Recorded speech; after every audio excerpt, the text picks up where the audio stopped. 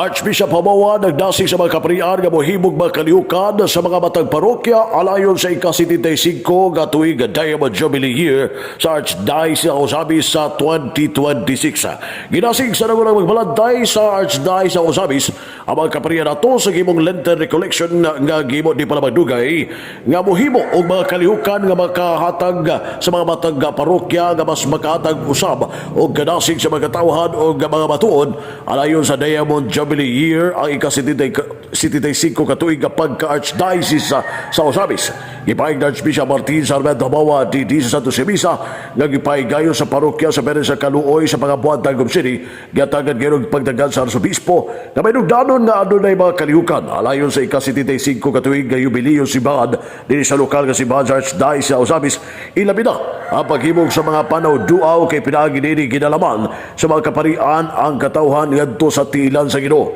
Labi na ang mga nagkadaiyang mga religious organizations o mga kaugpungan diha sa simbahan ang mohimo sa maong mga panaw-duaw ug pundukon ang katawhan kay mission man sa mga kaparian ang katawhan nga madala ngadto sa tiilan sa Ginoo ug isalig sa Ginoo ang katawhan o kining maong gibuhaton maghatag og kanikon pinagi sa mga panaw-duaw diha sa mga pilgrim churches sa lokal nga simbahan sa Osabis.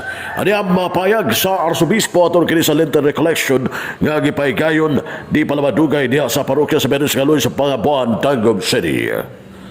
Atong ako po kamo nga dasigon nga mohimo o himuon usab o hinumduman nga ania kita sa pagpangandam sa ato nga 75th anniversary sa pagka-local church. Tanglit ang Jubilee year, mao man ang pagpangandam usab alang sa ato nga Jubilee sa 2026. Hinaut-unta nga kita nga mga kaparian mudasig sa atong mga parokyano nga mohimo sa panaw-duaw. Kay pinaagi niini sila atong gidala ngadto sa gingarian sa langit.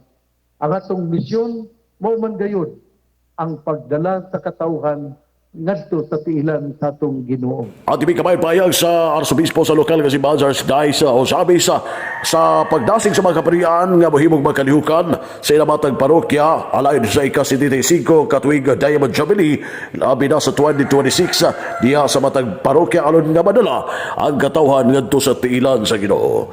Samtang sa bigas bahin og mga adlaw na ang ordinasyon sa pagkapari sa ni Diakono sa Diakono nga taga-Pangabuan, Tagum City nga si Reverendo Ariel Igaw nga ordinahan sa parokya sa Santo Rosario sa Oroqueta City alas 9 adag na sa buntag ug madlaw Marso 14. Pinagi sa pagpando sa mga kamot ni Archbishop Martin Sarmento Habawa Didi.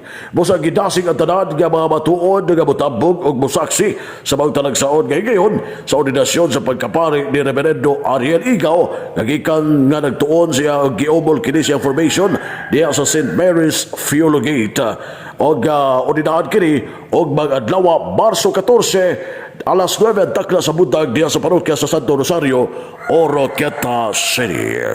Alang sa DX, dili siya man yung kabanang radio si Manuel Rodquillo Cheer dan ang sa nagbayan.